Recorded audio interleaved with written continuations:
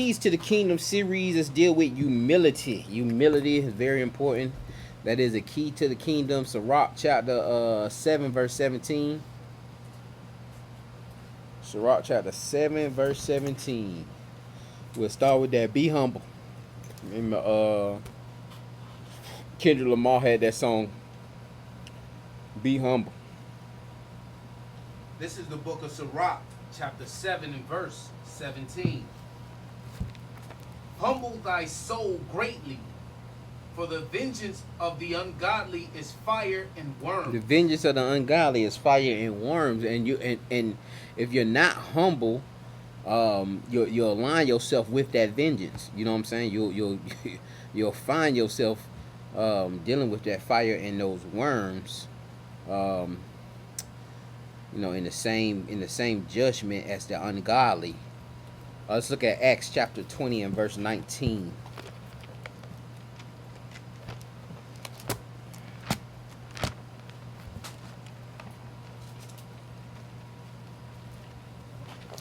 This is the book of Acts, chapter 20 and verse 19.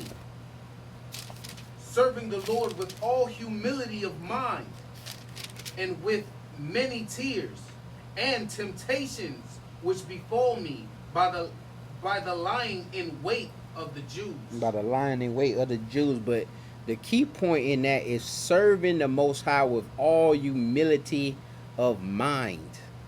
Having that mind in a humble position.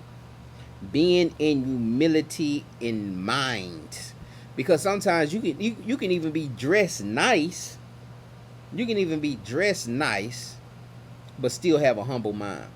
You know what I'm saying? You can even be in a great position, or you can even be the boss of a company or CEO and still have a humble mind. You can still be serving in humility of mind. It says, before honor is humility. Humility before honor. Proverbs chapter 18 verse 12. Shout out to Humility Before Honor, man, the camp out there in St. Louis also. Watch them brothers quite frequently. Every now and then when I can catch them. Proverbs 18:12. This is the book of Proverbs, chapter 18 and verse 12. Before destruction, the heart of man is haughty. Before destruction, the heart of man is haughty. The heart of man is prideful. Come on. And before honor is humility. And before honor is humility.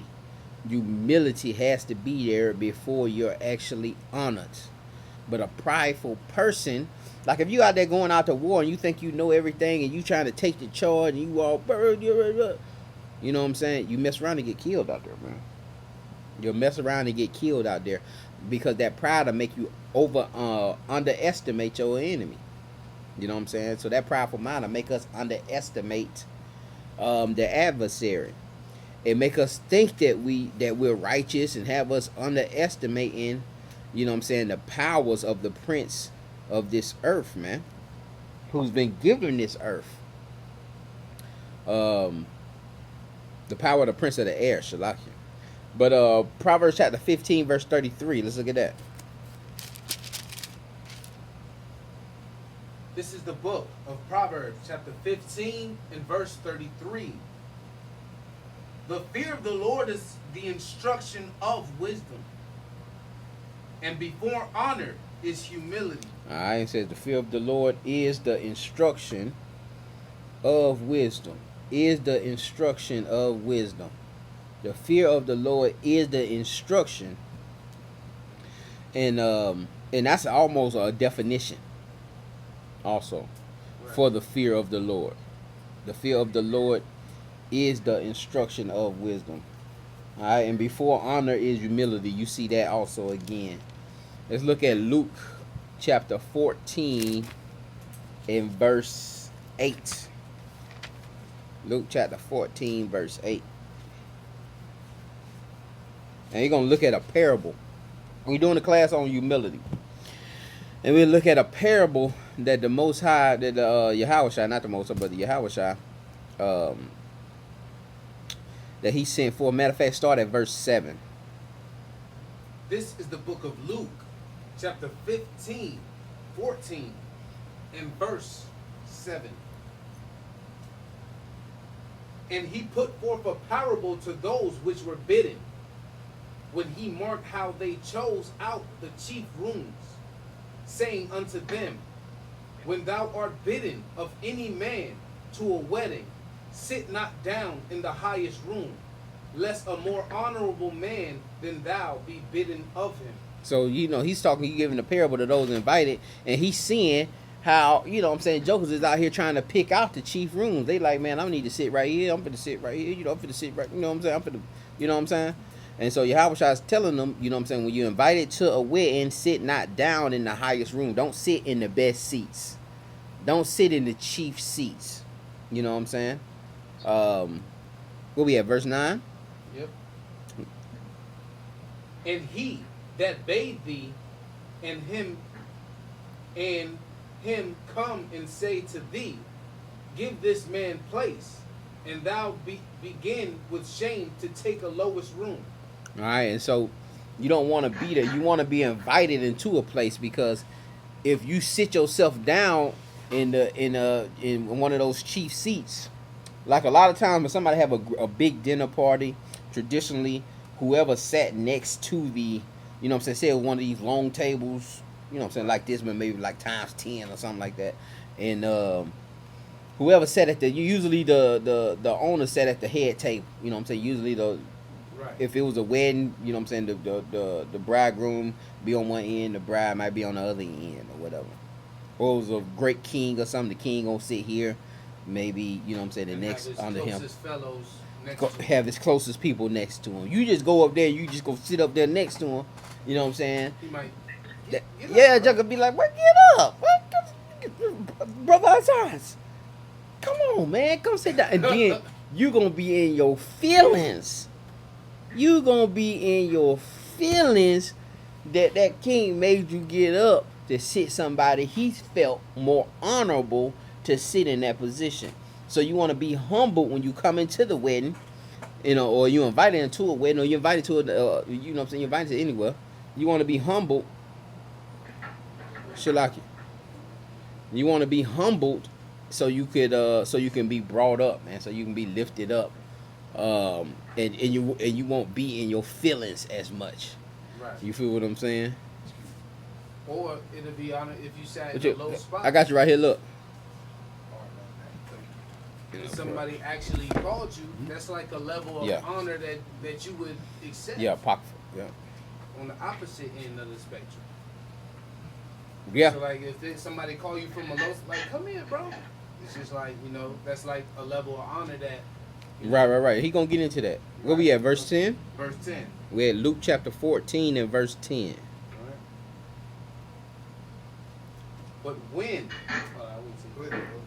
But when thou art bidden, go and sit down in the lowest room. He said, but when thou art bidden, when you are invited, go and sit in the lowest room. Come on.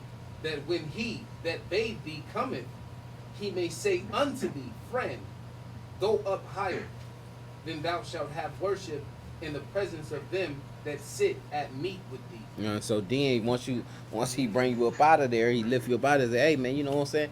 You need to go to the next level. You need to sit up a little higher, or you need to sit a little closer to me, man. You know what I'm saying? And then you'll get reverence amongst, everybody who was around you. You know what I'm saying? You'll get reverence, like, okay, man, you know what I'm saying? The king told me to sit up a little closer, I almost got a little promotion with it, you know what I'm saying?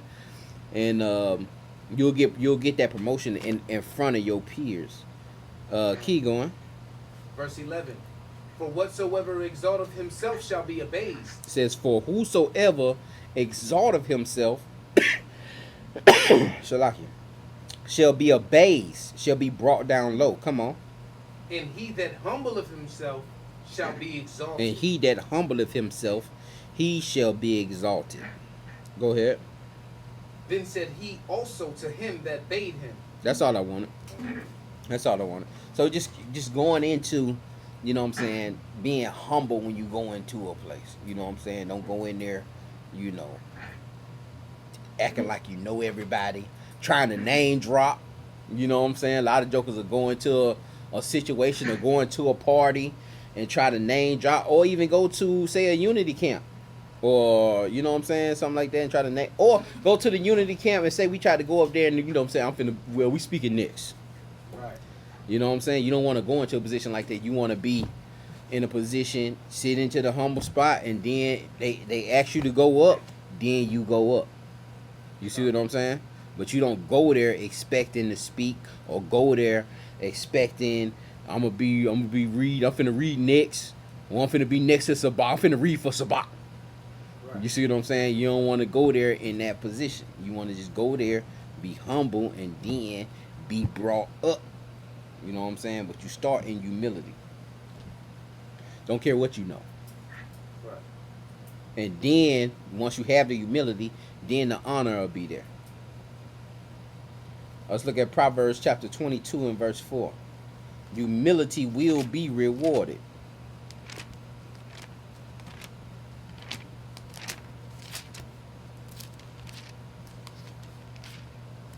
Proverbs 22. 22 and verse 4. Come. This is the book of Proverbs, chapter 22. Give us a second. Just say come when you're done. Done. Chapter 2. The book of Proverbs, chapter 22, and verse 4. By humility and the fear of the Lord are riches and honor and life. It says, by humility and the fear of the Lord are riches, honor, and life. And life. By humility. Let's look at 1 Peter chapter 5, verse 6. And this is why humility is one of the keys to the kingdom. You know, one of the things that I hear a lot on a constant basis is life is too short. I said, that depends on how you looking at it. And based on what this scripture said, that long like that, he got it in his hand. Right. We talking about everlasting life anyway. We living for everlasting life. We dying for everlasting life, because really you have to die to be reborn into that everlasting salvation. But it's gonna come with you letting go of the life that you expecting you supposed to have, and giving that life unto servitude to the kingdom, to Christ, and spreading that gospel and being a light. But when somebody say I'm living my best life, it's not to exalt the name of the Most High. Right. Right. It ain't never to exalt the name of the Most High, and usually it's killing them. Usually it's, you know, either it's dealing with, you know what I'm saying, you doing drugs, or you drinking yourself to death, or you fornicating. You know what I'm saying, messing around, getting caught some kind of crazy disease or something. You know what I'm saying, but it's never really productive. I was thinking about something too, man. I've been seeing a lot of people doing them challenges. Them doing challenges online. I must can't find it. That's First Peter, yeah. First Peter 5 and 6. First Peter 5 and 6. It's the last chapter in First Peter, close to the back of the book. Right got- after James. It's close to the back. You got to slow down on it, because it's short. It ain't about 4 or 5 pages. Am I missing this? Oh, I got it. Come on. This is the book of 1 Peter, chapter 5, verse 6. Humble yourselves, therefore, under the mighty hand of God, that he may exalt you in due time. That he may exalt you in due time. See, sometimes when doing right may cost you. Sometimes coming into this walk, you may do something, or you may have a profession that requires you to be wicked. And the Most High may ask you to come out of that. To be righteous, you may have to come out of that profession and find you something. But you great at being wicked. You know what I'm saying? You great at that profession. You make a lot of money at that profession. And so somebody would have to humble themselves to the Most High's will to do something else. But at that point, doing something else, they've been abased. They've been brought down low. And so they may get to the point where they say, you know what? Screw this. I'm going back to doing what I, you know what I'm saying? What I know I can get money at. And I know that, you know what I'm saying, I don't have to be in this condition. I don't have to suffer. That's why he's saying, humble yourselves, therefore, under the mighty hand of God, that you may be exalted, that he may exalt you in due time, because you may be down there learning a lesson. You may be down there being refined, being crafted, being molded into something else that the Most High can use, along with the skill sets that you know what I'm saying? You still probably gonna need those skill sets that you was doing in the wickedness, but I had to put some other things on your tool belt. But sometimes we won't stay humble enough to be in those positions. We won't wait on the Most High to exalt us, and we'll go back and exalt ourselves, and it can be dangerous. So you just gotta be mindful of that. Matthew chapter 5 verse 5.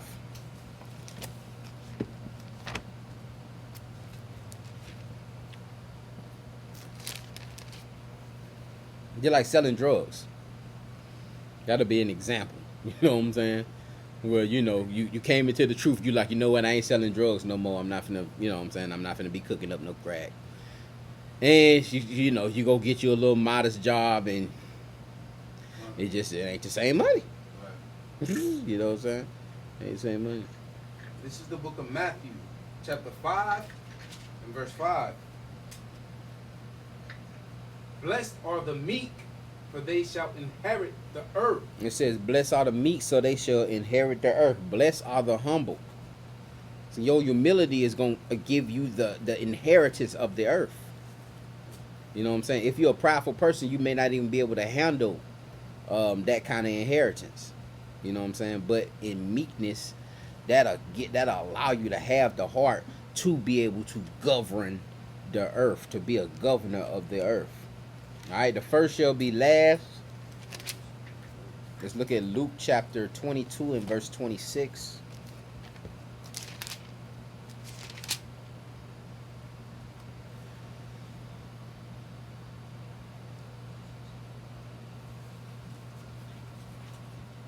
This is the book of Luke. Let us say con when we there.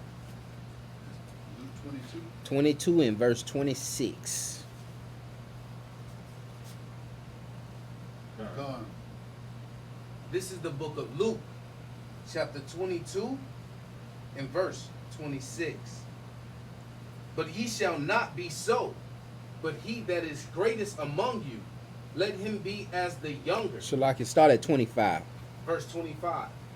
And he said unto them, the kings of the Gentiles exercise lordship over them. It says the king of the Gentiles exercise lordship over them. Come on. Who the Gentiles? The Gentiles in this context is dealing with the other nations. But in some contexts, it's dealing with Israel. Paul's writings are mostly dealing with that northern kingdom, which was cut off and then has to be grafted back in. You can't graft nothing you can't graft an orange branch into an apple tree branch. It has to be from the same tree. And he said unto them, the kings of the Gentiles exercise lordship over them, and they that exercise authority upon them are called benefactors. But ye shall not be so, but he that is greatest among you. It says but see, you are not so. Just the way they govern themselves in that nation, well, you know what I'm saying, those who are pretty much above all, or who's governing y'all, you know what I'm saying, who has authority, they reaping the benefits. You know what I'm saying? You're having to serve them, you're having to get their coffee, you're having to, you know what I'm saying, do, you know what I'm saying, pretty much everything they saying. But with us, it's not so. This is an important lesson that Yahweh is bringing out. Come on. But ye shall not be so, but he that is greatest among you. He that is greatest among you. He who want to call himself the leader, come on. Let him be as the younger. It says, let him be as the younger. Come on.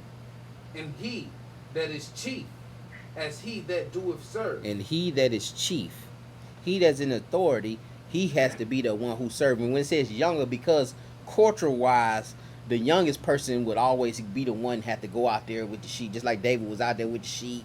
You know what I'm saying? The younger ones did a lot of the chores. You know what I'm saying? Keep going. 27. Uh-huh. For whether is greater, he that sitteth at meat, or he that serveth? It says, who is greater? He that's sitting at the table, or he that's serving the table? Is not he that sitteth at meat? Is it not the one who sitteth at the dinner? But I am among you as he that serveth. But Yahweh shot telling you, I'm here as the one who serveth. Come on. Ye are they which have continued with me in my temptation. Uh-huh. And I appoint unto you a kingdom, as my Father has appointed unto me, that ye may eat and drink at my table in the kingdom, and sit on thrones, judging the 12 tribes. You of can Israel. sit on thrones judging the 12 tribes, but you're going to have to live a life of servitude. That's what being a minister, we're going to look into that also. What being a minister is. The chiefest job is the most servitude. And if we had that amongst Israel, or if we had that amongst our nation, then those that of higher regard would be those who are serving the most. And then that'll be our light. It wouldn't be about who had the most views, or who had the most, or who have the most people. It'd be about who's serving the most. You know what I'm saying? Who's serving the people the most. Period.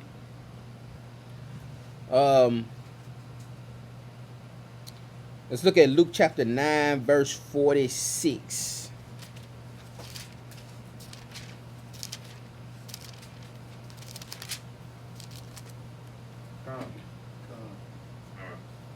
This is the book of Luke, chapter 9, in verse 46. Then there arose a reasoning among them, which of them should be greatest. And see, now they sit here, and this is Israel, man. Talking among themselves, disciples talking among themselves. Who the greatest? Who do you think gonna be the greatest among? You know what I'm saying? We gonna be ruling Israel. Which one do you think? Which you know what I'm saying? Which one do you think the greatest? Am I the greatest? You the greatest? Like who you think the greatest is? Keep going. And Yahushua, perceiving the thought of their heart, The took a most- child, Yeah, the Most High to perceive the thought of their heart. Yahweh shall perceive the thought of their heart. Come on. took a child, Uh-huh.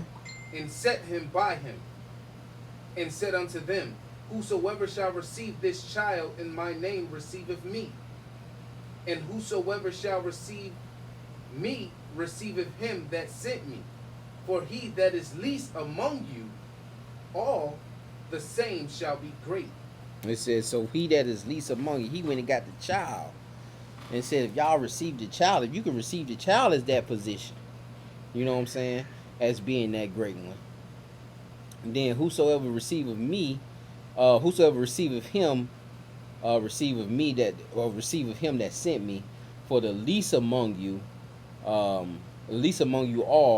the same shall be great. And again, that child goes back into that reference of culturally, that child doing the most work. You know what I'm saying? That child being a lot of times the workhorse.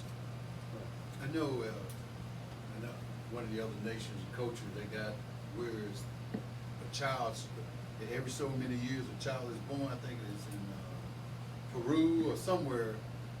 I forgot. They say the child so gifted they put like the Dalai Lama or something like that. Is that something similar? Oh, to you that? talking about like something like the golden child or something? Right, right. Yeah. Nah, I That's don't. the way they set that up. Right. There's so I was- many. I would say because, like, even within a household that, you know, I grew up in, like, it was always the youngest person that you would send to go run errands. Right. You get what I'm saying? Right. And then they would learn Right. how, you know, how to distribute, how to do this, that, and the third, and then they develop a mind of, you know, how to network and do stuff like that. Right. So that person could become great based on, you know, the favors and him being the least and them making him do favors, run to the corner store, go downstairs and get the clothes out the, just Wash machine, basically yeah. doing stuff. But take that and use it for like as that young one doing that work, and he's Right. gonna be reward. He's And gonna he's be gonna be greatest rewarded. among Right. you. And he gonna be Stand in that position. And because he's developing like some levels of responsibility, Right. being responsible. So yeah. Let's look at Psalms 25 and verse 8. Let's say, "Come when you're there."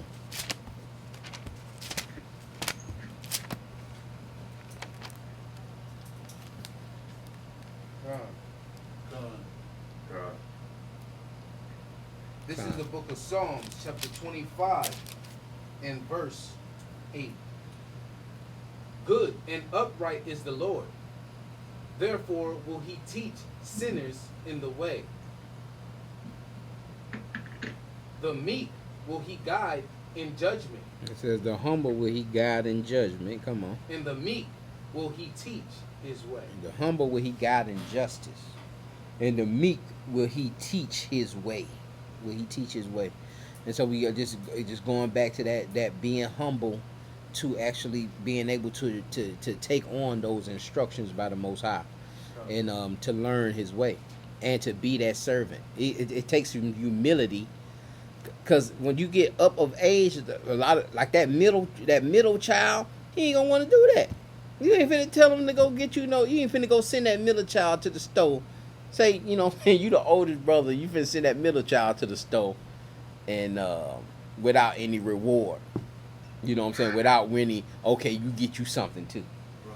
But you can make it send that younger one, but that middle one, you ain't gonna be able to send him. Right. You're like, no, I ain't finna do-" because he got a different, you know what I'm saying, he doesn't develop another mind. But that child, the humility of a child, he don't even understand. He just want to do something to make you happy. You know what I'm saying?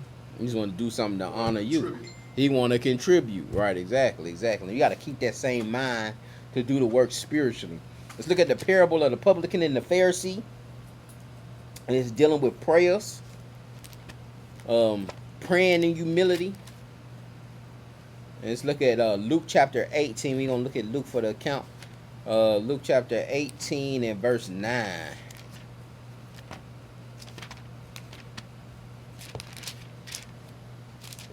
Con.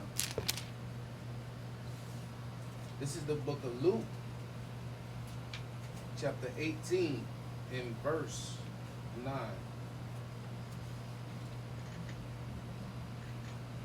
And he spake this parable unto certain which trusted in themselves that they were righteous, and despised others. 2 men went up in the temple to pray, and one a Pharisee, and the other a publican. One a Pharisee, and the other one a publican. What's a Pharisee? Like a deacon or something? Kind of like a deacon. He know the law. What'd you say a Pharisee is? I would say a Pharisee is like a politician or something like that. Nah, Pharisee, you got the Pharisees, Sadducees, and the scribes. The scribes kind of, you know what I'm saying, they would go in there and they was writing the law, or writing, you know what I'm saying, oral traditions. And then the Pharisees and the Sadducees, they kind of were different sects of the same, but they were pretty much those scholars of the Torah back then. They was like they was like, The educated one. yeah, they was an educated one. There were a lot of the teachers. There was a lot of the teachers of the Torah also. Paul was a Pharisee. So Paul was a doctorate of the law. And he understood the Torah well. He was taught up under the Torah. So they were following doctrine. But they had different doctrines. One don't believe in angels. One does. You know what I'm saying? They still had different doctrines. So they'll be beefing a little bit too. But when Yahushua came on the scene, they had a common enemy. You know what I'm saying? So they were together a little bit. But a Pharisee, he was that was more of the scholars back then. Publican, what's a publican? I'm thinking Republican. No, Democrat, Republican. Republican tax collector. Tax collector. Hey, no, they Yeah, collect same. taxes. They pay taxes up on jokers. Yeah. They still true. Yeah. So you know what I'm saying, they both disgusting. Well, the Pharisee not disgusting. You know what I'm saying? The Pharisee, if you had a Pharisee come to your wedding or come to your party, like Pharisee wouldn't let you touch him. Right. You couldn't even touch him. He wouldn't even let the ungodly touch him. He wouldn't even let the poor touch him. And then he's like it's like having the Pope there. Right. You know what I'm saying? You got a Pharisee coming to your party. And a publican is one that's disgusted. Everybody hated tax collectors, even to this day. We hate tax collectors. Your mama used to, when the tax collector knock on the door, I'm maybe too young for this, but the tax collectors used to come to the house. It used to be tax collectors. I didn't understand it as a child, but my mom said, that's the tax collector. Don't open the door. Don't open the door. Or the bill collector. It was something. It was some collector. It was a bill collector. I don't know. I think it might have been a tax. Yo. But they used to knock on the door. They used to come to your house and trying to get their money, man.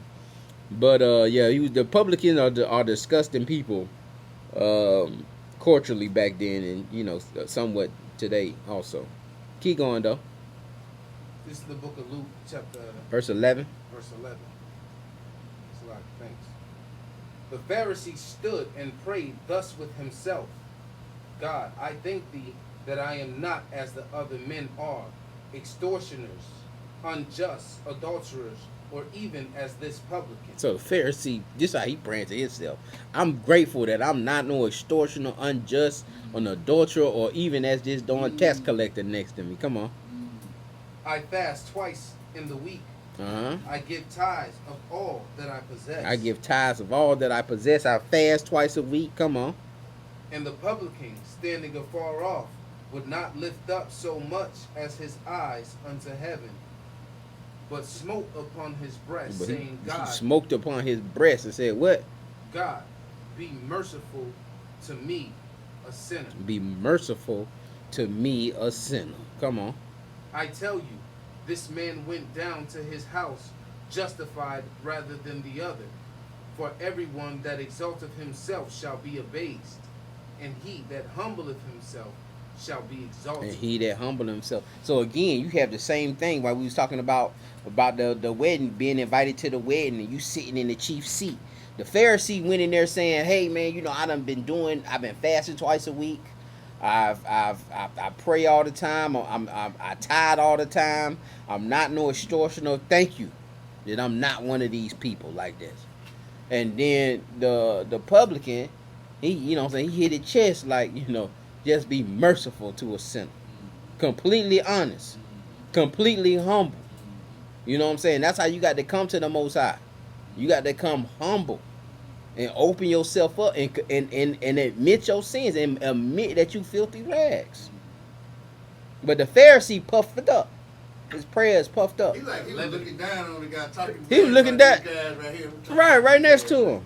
Like, really? Yeah. That's a picture. Let me see. Can I go back to the picture? Yeah. You know what I'm saying? He looking up, man. I'm glad I ain't like that joker holding the scroll. Wow. Did we finish that? Yeah. So you want to go, make sure you are humble and then be exalted up. Then the Most High exalting you up. All right, must come as a child. Matthew chapter 18. Again, using the child analogy.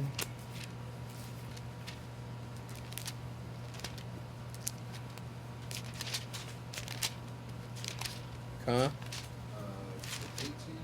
18. 18:1.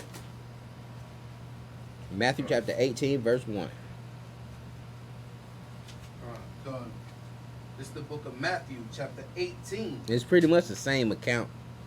and verse 1. At that, It's the At the same same- account as the other time. It's just Matthew's version. sorry. This is the book of Matthew, chapter 18, verse 1. At the same time came the disciples unto Yahushua, saying, Who is the greatest in the kingdom of heaven? And Yahushua called the little child up unto him, and set him in the midst of them, and said, Verily I say unto you, except ye be converted and become as little children, ye shall not enter into the kingdom of heaven. Keep going. Go down to verse 6. Whosoever therefore shall humble himself as this little child, the same is the greatest in the kingdom of heaven. And whoso shall receive one such little child in my name receiveth me. But whosoever shall offend one of these little ones which believe in me, it were better for him that a millstone were hanged about his neck, and that he were drowned in the depth of the sea. It says so whoso shall offend one, and to offend one is to cause the sin, or to put a stumbling block in front of one of those little ones. It was better that you hung a millstone around your neck and drowned. Where it went off, Yeah, I think it's stuff. or it say low battery. Yeah, it's still going. But it's better that you hold a, you know what I'm saying, hold a millstone around your neck and drown than to offend one of those little ones So what's happening? that's coming to humility. So what's happening today? What's happening today? As far as large scale, based on what's been happening to our race over the centuries. are you talking about like with the church and them misleading our people? Yeah, that's what I'm saying. It's gonna be a harsh judgment for that, because a lot of them do know, they do know the truth, but they don't want to be obased. Exactly, they don't want to be abased, and so they'll go back to Christianity, go back to teaching the false, because nobody want to hear that. Nobody want to clap and dance. You can't clap and dance to you know what I'm saying, keeping these laws, statutes, and commandments, you know what I'm saying, coming up out of the world. Right. It's hard to clap and dance. It's hard to give praise to I kill, I make, you know what I'm saying, I make up alive. It's hard to dance to the truth. You know what I'm saying? The truth is bitter. It's bitter, then it's good. But they don't want to, they just want to hit you with the breakthroughs and make you feel good to have you come back the next day. But it's no reproof, it's no correction. I remember, I think I told you last time, that when I was sitting in church, going to this one particular church, and my son was sitting there around Christmas time, seeing all the Christmas trees on the stage back there. And I said, told my son, look that up. He looked it up, YouTube it, or Googled it. He said, Dad, it's a pagan holiday. We fist bump right then. Right, He said, right, "What right." you tell him?" Yeah. He said, this ain't right. Yeah. I said, okay. And Now you know. Now you know. And a lot of our people know, and you know, it's some neural, you know what I'm saying, you can go deep into that, because people know that Christmas is pagan, but the pleasure, they still want the pleasure of celebrate. Negroes will celebrate anything. Cinco de Mayo, they know they don't have nothing to do with them, but they gonna celebrate Cinco de Mayo.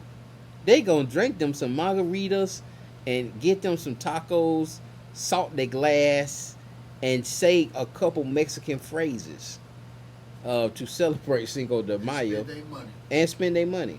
But it's more of just being, because we just it's still too, that's part of the of us being oppressed too. That's a symptom. That's a symptom of that, of the oppression, is us just wanting to celebrate anything that our oppressor is celebrating. We want to do it also. what's the date in March? The green leaf clover. St. Patrick's Day. Oh my God. Yeah, man, we talked one time Oh at St. my Patrick's God. Day, man. Them jokers like to kill us out there. Yeah, some girls run up on us, man, just trying to be, you know. And then it was one year we was out there. It was out there the same year Wakanda had came out. Black Panther had came out. So it was like 1 week they was Wakandians, and then the next week they were Irish. Flip flop. Right. What does Yahweh require of you? Now, a lot of times we read the Deuteronomy chapter 10 in verse 12, but we're going to go to Micah chapter 6. All right, requirement of the Most High. What does he require of you? Deuteronomy chapter 10 verse 12 is a good precept, but the precept to that is Micah chapter 6 and verse 8. I know we go over it in camp a lot, so I didn't put it in there, you know what I'm saying, but should almost have it memorized. You said, okay. Micah. Fine. It's kind of the end of the Old Testament.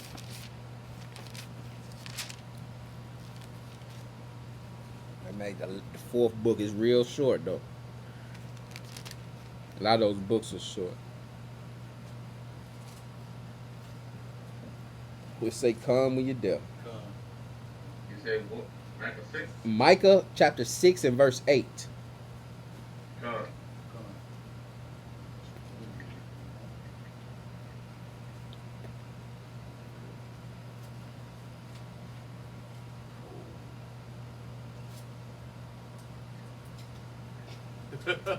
You done lost your tab. You lost your Micah tab. Can't find them.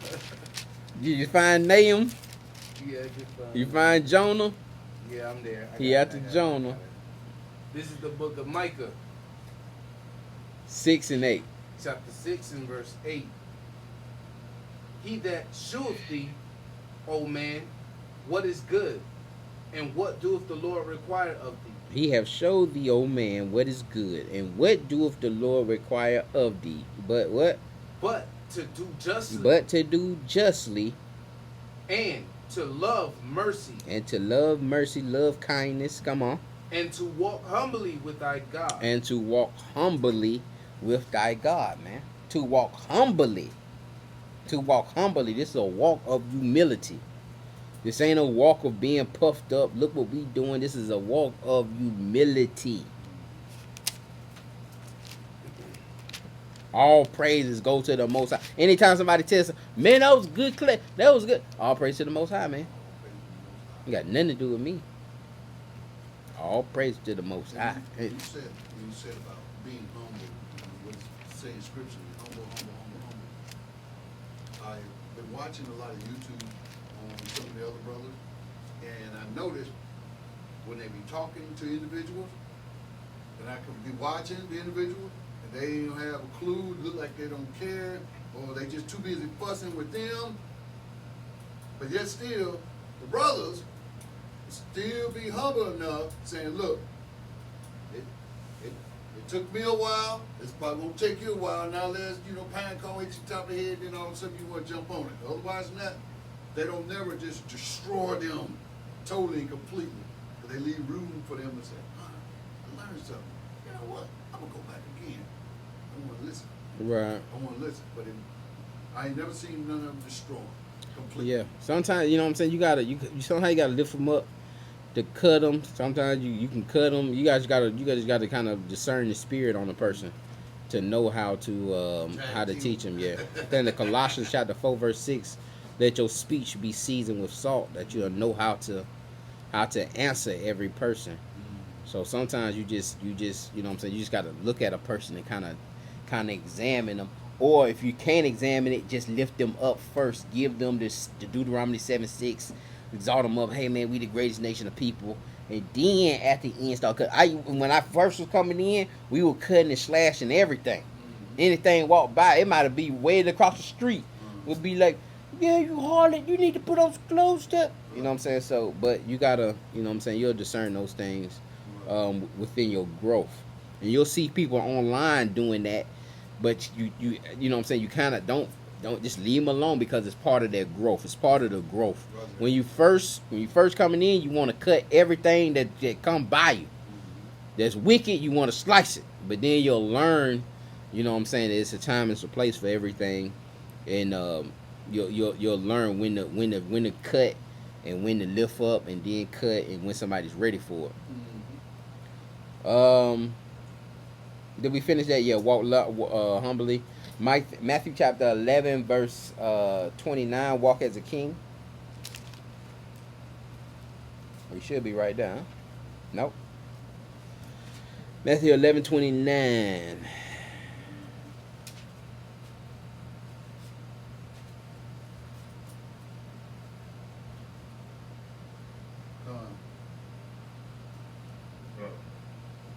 This is the book of Matthew, chapter 12, Verse 11, 28.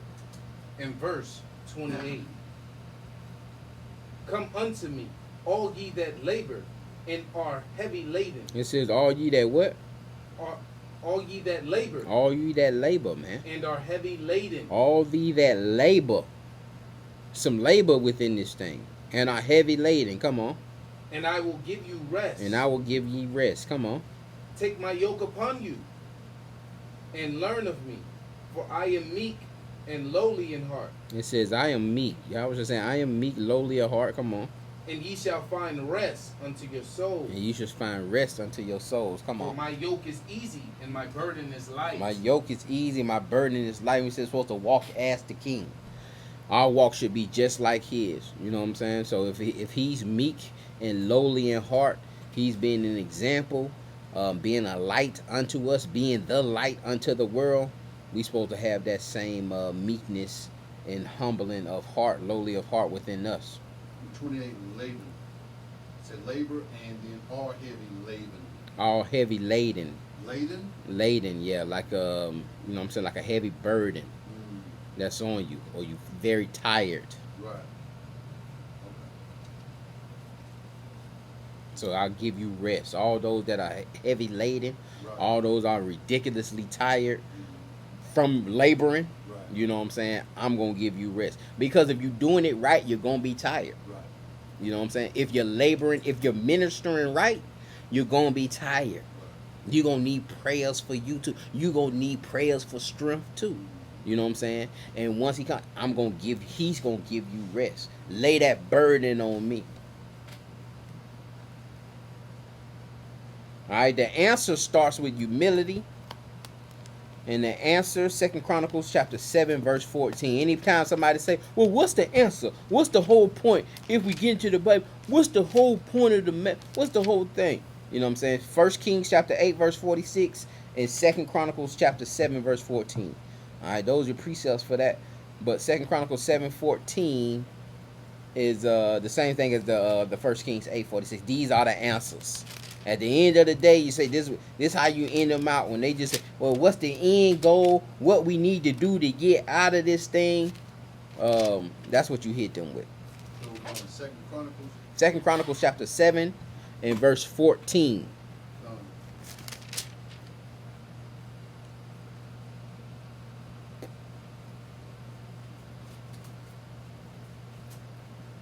This is the book of 2 Chronicles.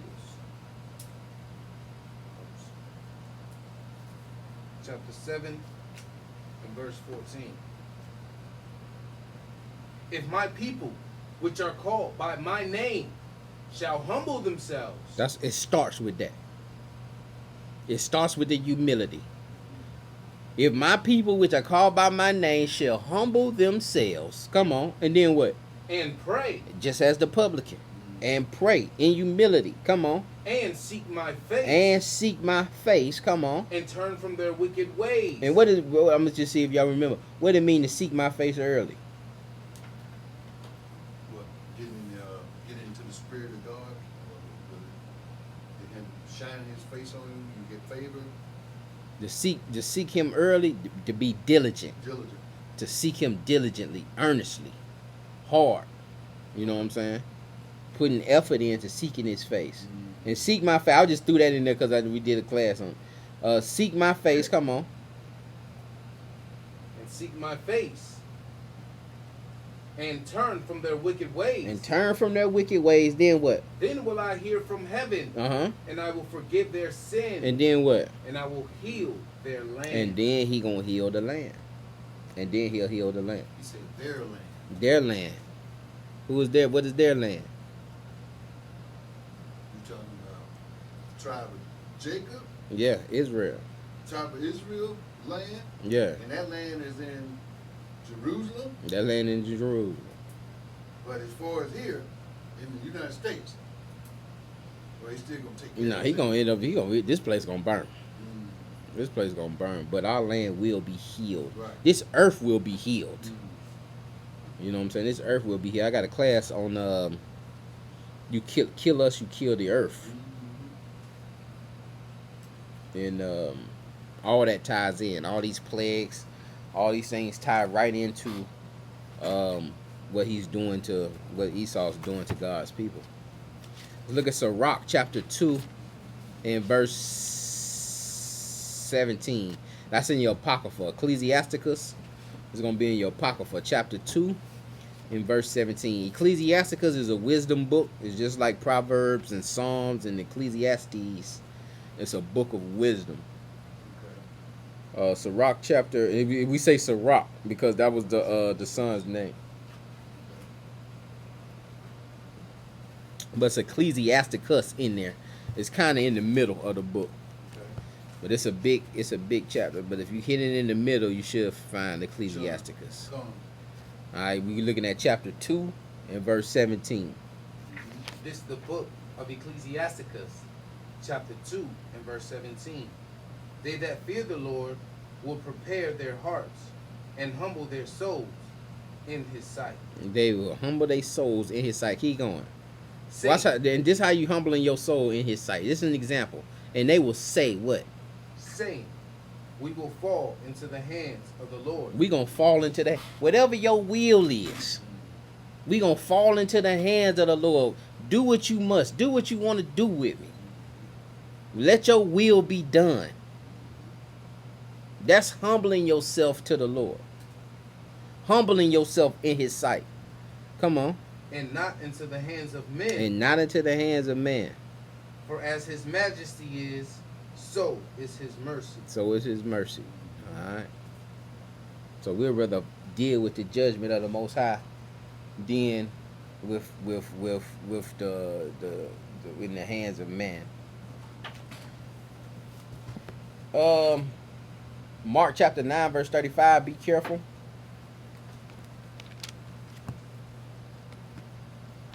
I got 6 more slides, y'all. They're kind of like 1 or 2 hitters though, so it should be going real swift. Gotta get you out of here. Them folks want you on that clock. Run from the blind.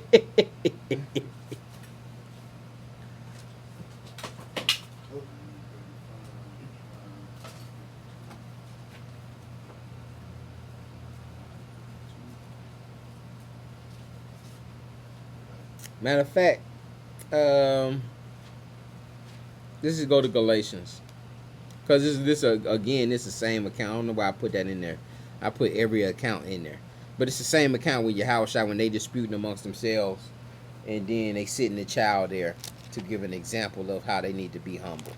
Let's look at Galatians chapter 6 and verse 3. Galatians, That's a deep script, boy. huh? I said that's a deep script, those 35. Yeah, it's the same though as what we were just going over though. Well, Okay, yeah. yeah, it's the same. It's the same. First shall be last. Right. Which one you did quote again? I'm sorry. Galatians chapter 6 and verse 3. Okay.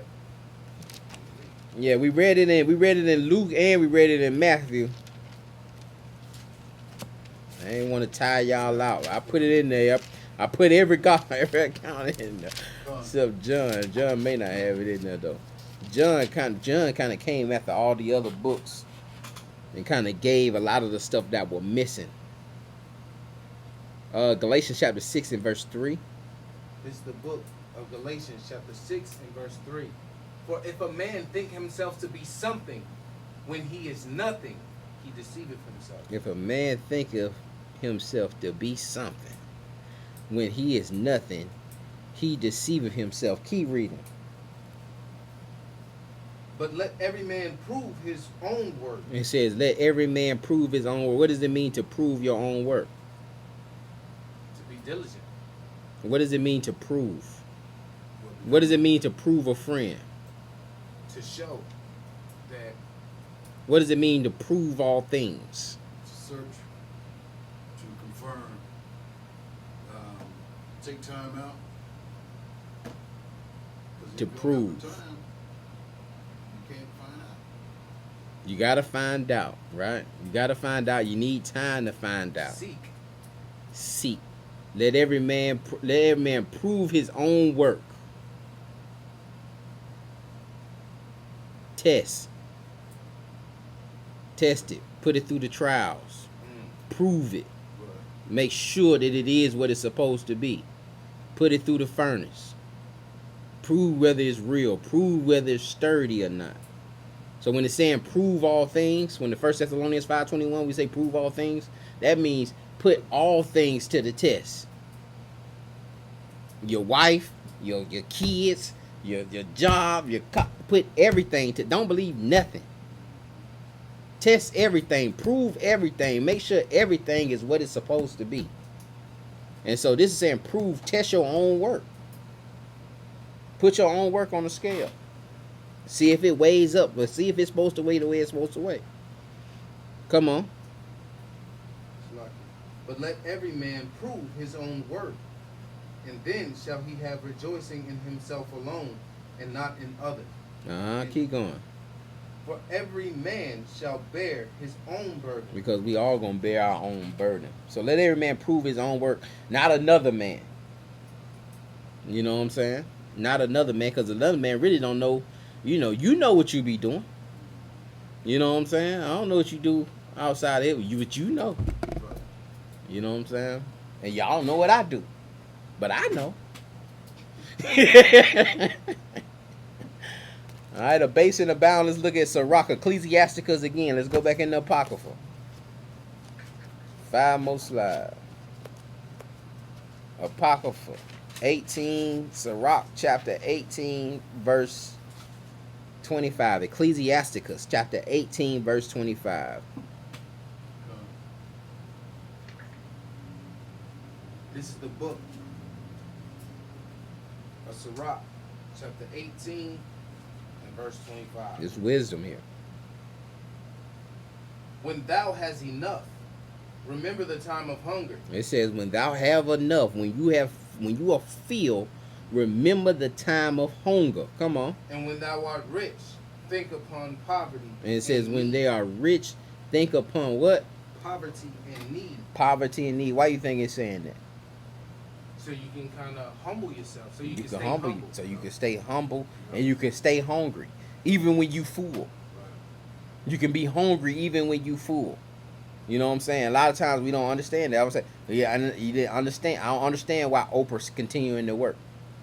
Why you have 400-500? Well, like, man, you know, Bill Gates got so much money. Why is he still out here? Or why? What's the dude Zuckerberg? Why he got all this money? Why they still going to work every day? You know what I'm saying? Just it's a different kind of hunger. Even when you filled, and then thinking upon poverty and need. I think that's confused with greed too. Tilapia. Well, not That shit over. that can be going in to it definitely can be dealing with greed. You know what I'm saying? A lot of them do deal with greed and are When greedy. you got the spirit, that I believe that's what it is. But I could be wrong. Nah, you on point. It can definitely deal with greed. I was just using them Yeah, I got you. using them as an example because we can't understand it. You know what I'm saying? If we get, as a poor person, if my mentality, and I have to watch my flesh on it, but my mentality is I get money, I'm not working no more, man. I'm done. I'm relaxing in the shade and chilling, man. I'm chilling. You know what I'm saying? But that, you want to think on those stuff because you don't know. Like, read the next morning, from morning until evening, the time has changed. All things are soon to be done before the Lord. And so, you know what I'm saying? Things change. And, You might not be doing that kind of work, but you're going to be doing something. You're going to be, you know what I'm saying? Yeah, you're probably doing something, you know what I'm saying? Let's look at Philippians chapter 4 and verse 11.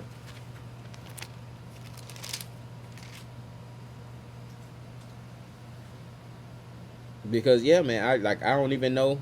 I don't think I would be that greedy. Most of us wouldn't be that greedy. We wouldn't be, you know what I'm saying? We'll hit a certain spot and that'll be it. You know what I'm saying? Like, I'm straight. I get this. Most of us will have that conversation. Man, I hit this amount. I'm straight. I don't need to do that. No, we working to not work. That's our end goal. Because we don't know, we just don't know. We don't know we don't know what that's like up there.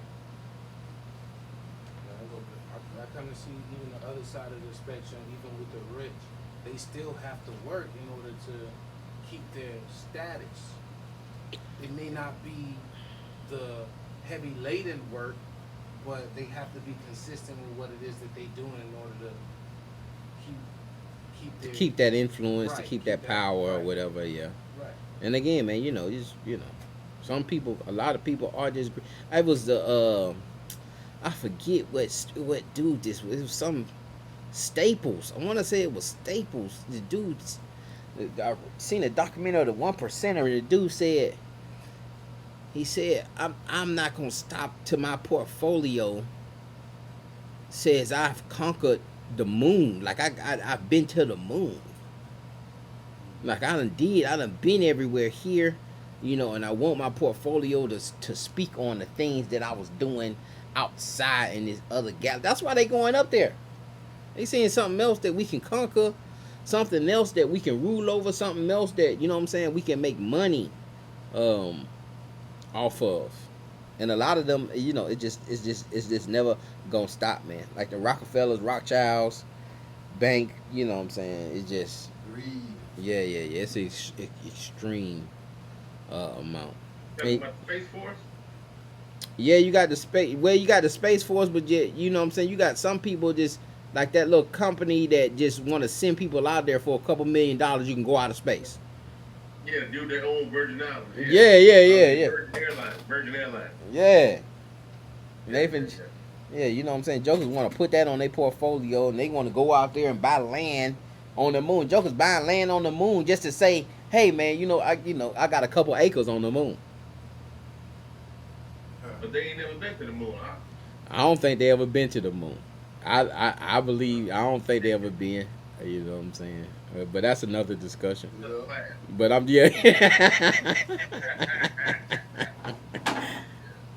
Philippians chapter 4 and verse 11. This is the book of Philippians chapter 4 and verse 11. Not that I speak in respect of want, for I have learned in whatsoever state I am, therewith to be content. And this is Paul. This is Paul speaking. Again, I told you the Pharisees were rich. Pharisees were the cloud chasers. The Pharisees were the influencers of the nation. Go ahead, I think I got a precept that you may have on another slide. I don't know. But it's the scripture that say, don't give me too much, don't give me too little. Yeah, it's Brother Darius brought that out last Sabbath, man. He was here 10 minutes, but he brought out that one script, Proverbs chapter 30, verse 8. Yeah. Give me that is convenient for me. We talked about that a little bit. Also about how being coveted of other things and how certain things will mess around and kill you, man. That 10-bedroom mansion may end up taking you out. But verse 11, who's that? Verse 12, huh? Yeah. He said, I will speak of respect of want, for I have learned in whatsoever state that I am, there will be content. Whatever state that I'm in, there will be content. I done learned under my last recent years, it's like now the more money that I get, the less I care about money. It used to be I kept myself. When I was broke, I stayed clean. I'm still broke. But when I was broke, I used to stay clean. But now I can go buy the $7 Walmart shoes that's in there. I can put them on, man.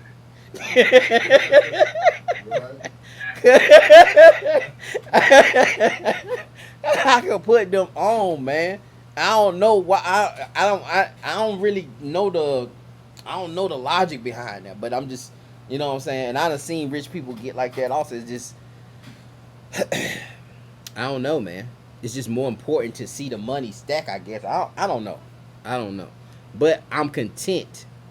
I'm more content than I was when I was broke. And you see that also with the priorities change. Priorities change because you can buy other things, I think, too. Because you're looking at, okay, well, now I need to buy a house. So now you're like, I need to save up money to buy the house. I can't be spending the $400 on the sneakers. You should have Louis Vuitton sneakers, Louis Vuitton outfits. But yeah, you can't do that now because you gotta, you know what I'm saying. So you got bigger. You hit another martial. Yeah, other responsibilities, Major. priorities change. Keep going on that. At verse 12 again. Verse 12. I know both how to be abased He says, I know both how to be abased. and I know how to abound. And I know how to abound. I know how to be abased, meaning at that low level, brought low. And I know how to abound. I know how to be prosperous. Come on. Everywhere and in all things I am instructed both to be full and to be hungry. I know how to both be full and to be hungry. Come on. Both to abound and to suffer need. Understanding how to abound and how to suffer needs. And some people can't do that, man. Some people can't do that. Some people can't suffer needs. Never been in a situation where they had to suffer need. And some people can't abound, where the money actually destroy them. A lot of these rappers get into a situation, they get that money initially, and then they get in a situation where, you know, they end up filing bankruptcy. Oh, yeah, a lot of athletes. You know what I'm saying, end up filing bankruptcy, all the money gone. And it's finna be real ugly because they not opening up these arenas no more. It's finna be real ugly in a minute. A lot of the foreclosures are gonna be on those major multi-million-dollar houses are gonna be the things that are foreclosed on, because a lot of times they done bought that to flip it. You know what I'm saying? That's one of Tyler Perry hustles, is to buy these big mansions and then flip them. And a lot of these artists have been doing that, and they gonna get stuck with a major note, and they not working. But Paul was saying, I know how to abase and abound. He was brought down to a very low level. When he was the Pharisee of Pharisees. Big shot caller. And then they was out there to kill him. Brought down to the low, writing letters from jail. He wrote that from jail. 1 Peter chapter 4, verse 11.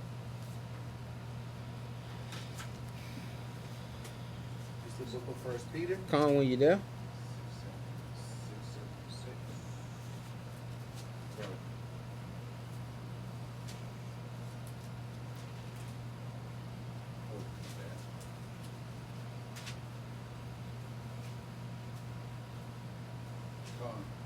This is the book of 1 Peter chapter 4 and verse 11.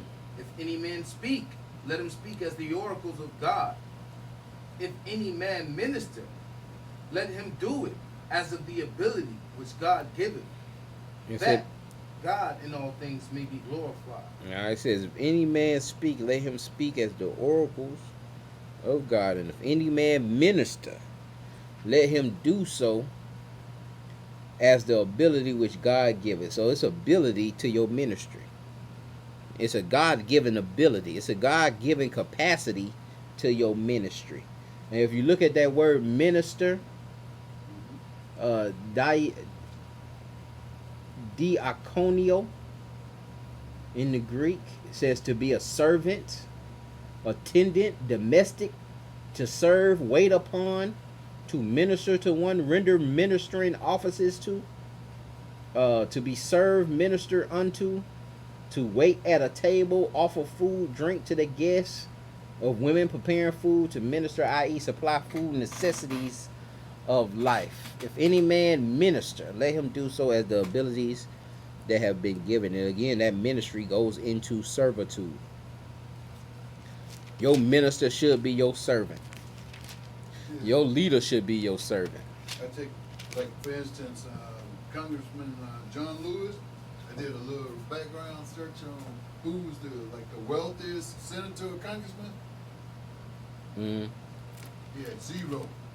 But his other jokers, $250 million senators or congressmen. Wow. But that brother said, no, he ain't even about me. He had Yeah. $0.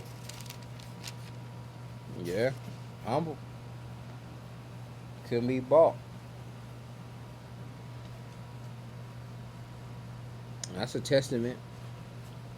And that's again, that's that goes into proving. So he couldn't be bought if he ain't have no money.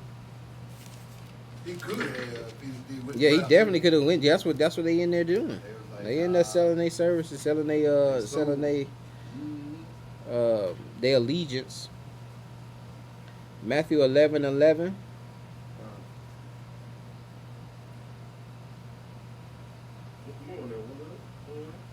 You good though. Yeah, I really just wanted to deal with that minister part, that God in all things may be glorified through the Hamashiach. But I was just dealing with that being a minister and being a servant.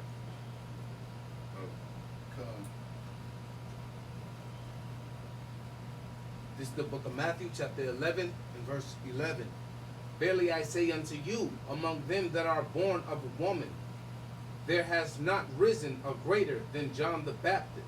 Notwithstanding, he that is least in the kingdom of heaven is greater than he.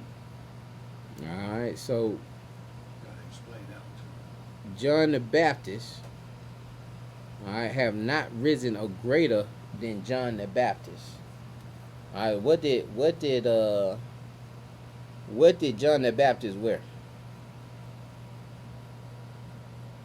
almost nothing. He was wearing camel skins. Camel skin, Out eating there grasshoppers and honey. eating grasshoppers and honey. He munching Locusts. Locusts, yep. Locusts, same thing. And stayed in the woods, out there in the woods. Yep. Right? And then we see that Yahushua saying, of the prophets have not risen a greater than John the Baptist. He was straight hardcore. Straight hardcore, but he was straight. But look at the position that he was in, and you know what I'm saying, he had a good following. You know, it was a lot of people that was following him. Meek. But he was meek. He was humble. But you also had the Pharisees. You know what I'm saying? The Pharisees on the opposite spectrum that had all the clout. You know what I'm saying? They dressed in the greatest garments. They had the best garments. They extended their phylacteries. They extended the borders of their garments. They wore the super long fringes so everybody could see. Look Yeah, at me. exactly. And you So got he John the He Baptist. out there mountaineer that hardcore style. And he got a lot of the followers probably from the Sadducees. They just been looking at him like they get fished over They him. looking Because at they him. pulling them folks over there to him. Exactly. Say, hold up, wait a minute, this grasshopper, honeysucking, this guy pulling all these folks from us. And he pulling them folks. But then we gonna see that even we gonna see what Yahushua was dealing with John also. Right. Let's look at John chapter 3 verse 22. There's one more slide after this, y'all. One more after this. One verse. John chapter 3 and verse 22.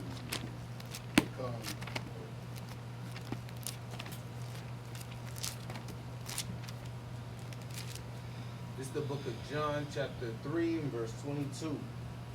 After these things, Yahushua and his disciples into the land of Judea, and there he tarried with them and baptized. And John also was baptized in Eon, And John was also baptized in Anon. Come on. Anon, near Salem, because there was such water there. There was much water there. Because there was much water there. Come on. And they came and were baptized. For John was not yet cast into prison. Then there arose a question between some of John's disciples and the Jews about purifying. And they came unto John and said unto him, Rabbi, he that was He said, so wait a minute. You said, and they came unto John. He said unto him, Rabbi, no. Then there arose, Shalaki, verse 25. Then there arose a question between some of John's disciples and the Jews about purifying. About, you know what I'm saying, how is one cleansing himself. There's questioning, meaning there's disputing. There's disputing going on between the Jews and John's disciples. Between Yahushua's disciples and John's disciples. It's a slick beefing going on about the cleansing. Keep going. And they came unto John and said unto him, Rabbi, he that was with thee beyond Jordan, to whom thou bearest witness, behold, the same baptizeth, and all men come to him. He says the same is baptized. The one who you baptized, he baptized, and everybody coming to him. You know what I'm saying? Come on. John answered and said, a man can receive nothing except it be given him from heaven. It says a man can receive. Now what John doing is humbling himself.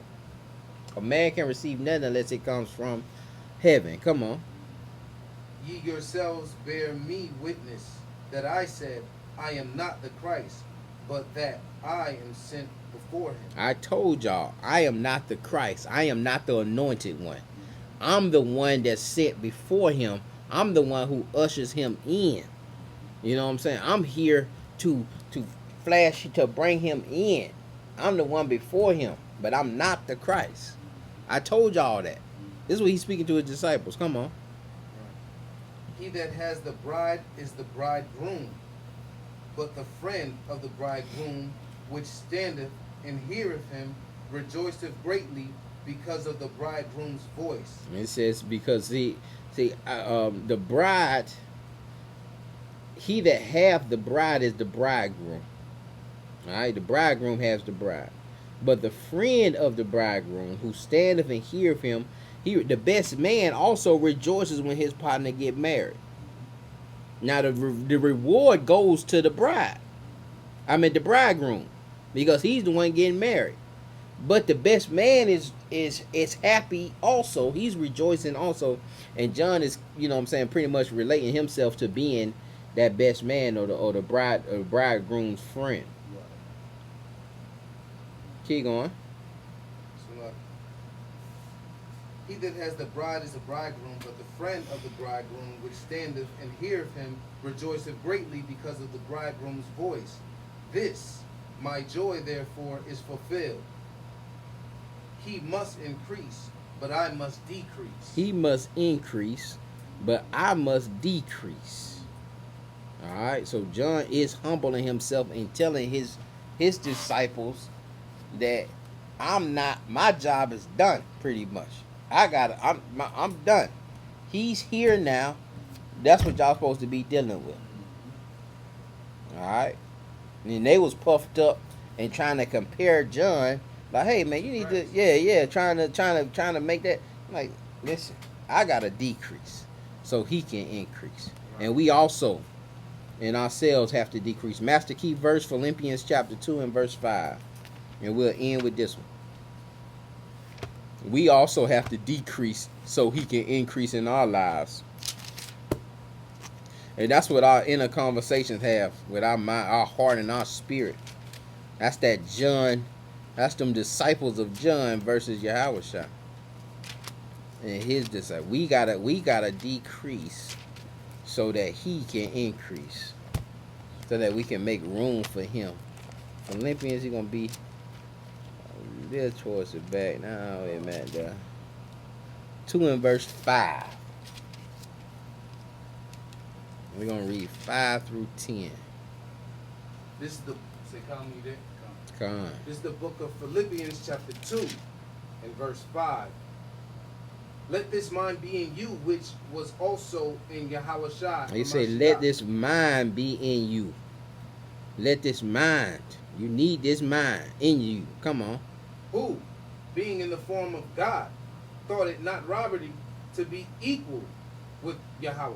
I thought it not equal. Being in the form of the Most High, I thought it not robbery to be equal to the Elohim. Come on. But made himself of no reputation. But he made himself of what? Of no reputation. But he made himself of no reputation, and then what? And took upon him the form of a servant. And took upon him the form of a servant. So it wasn't robbery for him to be like the Elohim. But he took upon himself the nature of a servant, or the nature of one that has no reputation. Likewise, we need to have that, let that same mind be in you. That you may have the reputation to be this great, you know what I'm saying? But you need to take on the form of a servant. And was made in the likeness of men, and being found in a fashion as a man, he humbled himself. He did what? He humbled himself. He humbled himself and became obedient unto death. And became obedient unto death, because he didn't want to get up there. He prayed not to get up there, but he humbled himself and told the Father, let your will gotta be done though. But he said, if there's any other way, let it be another way. But I know your will gotta be done. He had to humble himself unto the words of the Most High and get upon that cross and be obedient unto death. Come on. Even the death of the cross. So then that's two deaths right there that he's talking about. Like the death. Wherefore God also has highly exalted him and given him a name which is above every name. That at that name of Yahweh Shai, every knee should bow, of things in heaven and things in earth and things under the earth. And that every tongue should confess that Hamashiach Yahweh Shai is Lord. Now, because the Hamashiach humbled himself and became obedient to the cross, the Most High have highly, verse 9, wherefore God has also highly exalted him and given him a name above every name, that the name of the Hamashiach Yahweh Shai, every knee should bow, of things in heaven and things in earth and things under the earth, and that every tongue should confess that the Hamashiach Yahweh Shai is Master, is Lord, to the glory of the God the Father. But he had to be obedient unto, if he wasn't obedient unto death, he wouldn't have been exalted. But he had to be humbled to be exalted. You know what I'm saying? So first came the humility, is honor in the humility. We did that in the first couple of slides. But you gotta be humble before, and then you'll be exalted. We also have to have that same mind in ourselves. Coming into this thing, you gotta be humbled. You gotta be. You think Nick Cannon can come in here and start sweeping the floor? You think Nick Cannon can come say, man, you hear me? I found I'm an Israelite, and come in here and start serving us? I don't know what's in his mind, but 9 times out of 10, no. No, 9 times out of 10, probably not. But it's possible that he can. You know what I'm saying? If he understands the script, but that's what I'm saying. You know, but he don't have to be at that level, because he's, you know what I'm saying, he's at a reputable level. You know what I'm saying?